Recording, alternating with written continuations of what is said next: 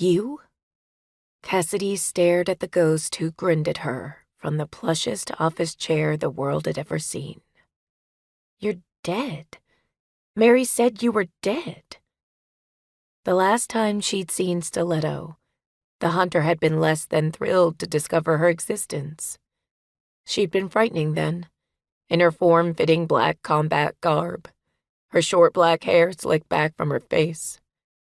But she was even more imposing now, despite being in an exquisitely tailored pantsuit of deepest crimson that served to emphasize the androgynous lines of her frame. The sienna of her skin was only a few shades darker than her clothing, and her hair floated above her head in short strands now, allowed their freedom. All of her considerable menace had been honed, distilled, then remade into this creature who was barely the right side of terrifying.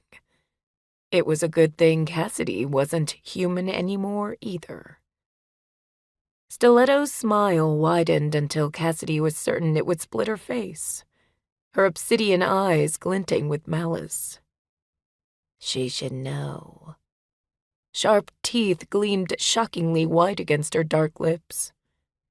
Cassidy blinked as she tried to sort out what that answer could possibly mean. She was there. That she was. Stiletto stood, pushing the chair back in a smooth motion. She made her way around the desk slowly, almost languidly, as she trailed one hand along the sharp edge. So, what do you need from me, Alpha?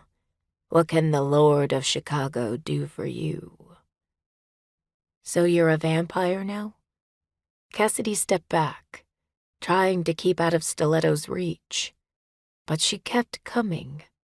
Cassidy clenched her fist around the black canvas jacket she still carried. And you're the one who took over from Carla. You catch on quickly. The statement was faintly mocking, and Cassidy flushed. Then you know what happened to my pack. Stiletto kept advancing, and Cassidy kept backing away. I know things have gotten a little hot for you recently, the vampire said.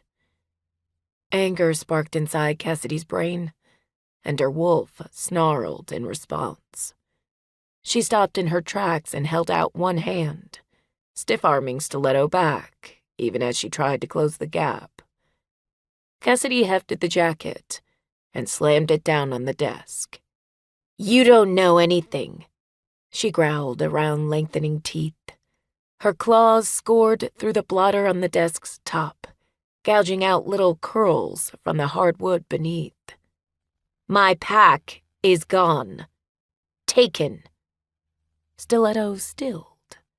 She cocked her head and waited, as unmoving as a statue carved from petrified wood and carnelian.